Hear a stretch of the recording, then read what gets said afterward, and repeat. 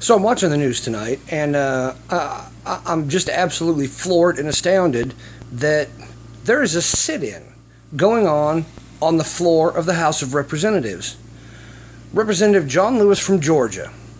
He has been a civil rights leader for a long time, did sit-ins in the South during the early days of the civil rights movement in segregated areas, sat down at white lunch counters and used white-only bathrooms and all of that, and he did good work. I mean, what he did was beneficial. But the sit-in that they're doing now is about gun control, and they are demanding that a vote be held on gun control. Essentially, they're throwing a big, fat, adult, grown-up temper tantrum because they're not getting their own way. Well, here's what you ought to do. You ought to put it to a vote of the United States citizens. I mean, if this is going to affect all of us, if this is something that is sweeping and you are going to screw with the Constitution and our constitutional rights, then perhaps you should ask us what we think about it. Because the last time I checked, dumb fucks, this is our fucking government, not yours. You are there to represent the will of the majority of the people. Not people who think just like you do. Not people who agree with the same shit that you do. Everybody, the majority of people, even if they don't like what you think, even if they don't think what you think, you still have to vote, or you should. If you've got 1 ounce of fucking integrity, you should vote for what the will of the majority of the people that you represent want.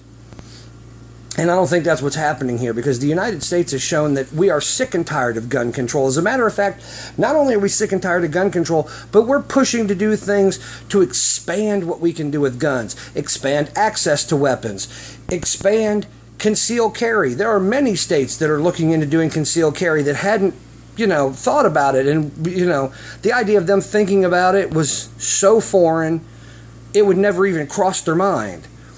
You've got states like Missouri. Our Senate passed a bill, and the House of Representatives passed it, and it's on the governor's desk for constitutional carry, which I think is brilliant. The Constitution guarantees us the right to keep and bear arms. Well, if we can't, keeping them is part of it. That's only half of what it says.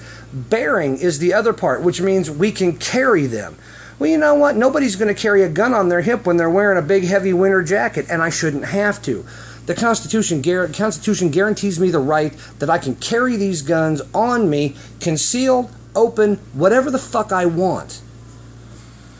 And that is what these people have a problem with, because these morons seem to think, and I've heard it many times from liberals, not only friends of mine who are liberals or idiots online that are liberals, but these politicians.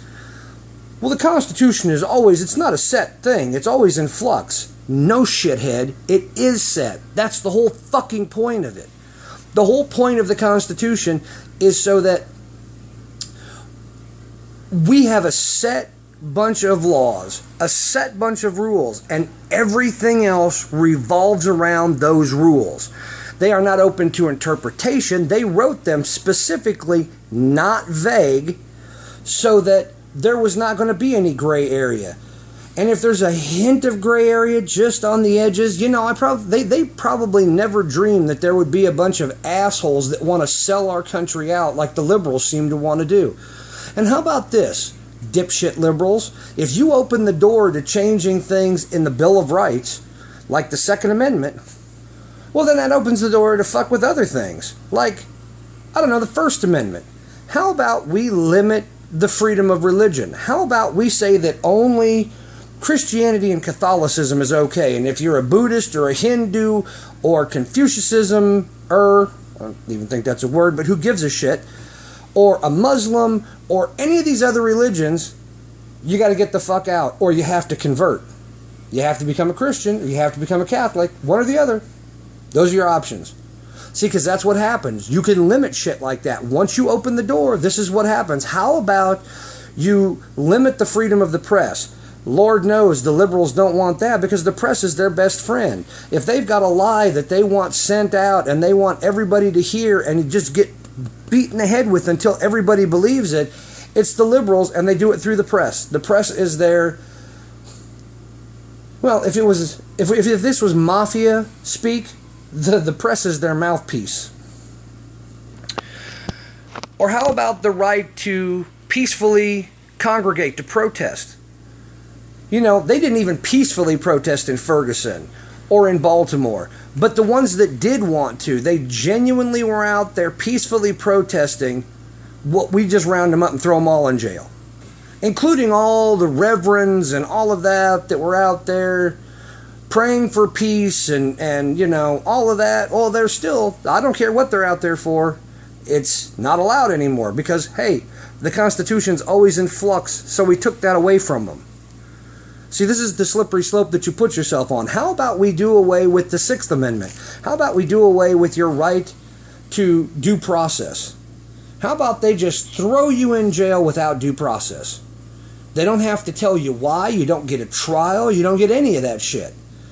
How about we do away with the best one? How about we do away with the Eighth Amendment? How about we just are able to subject you to cruel and unusual punishment?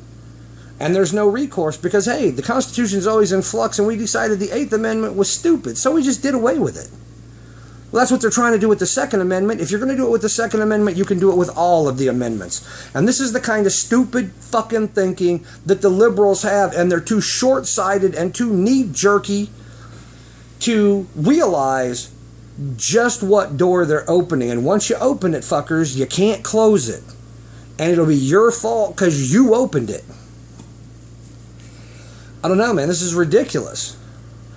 And I'm going to throw this out there. This whole thing in Orlando was a false flag. I have seen evidence. I have heard the compelling arguments.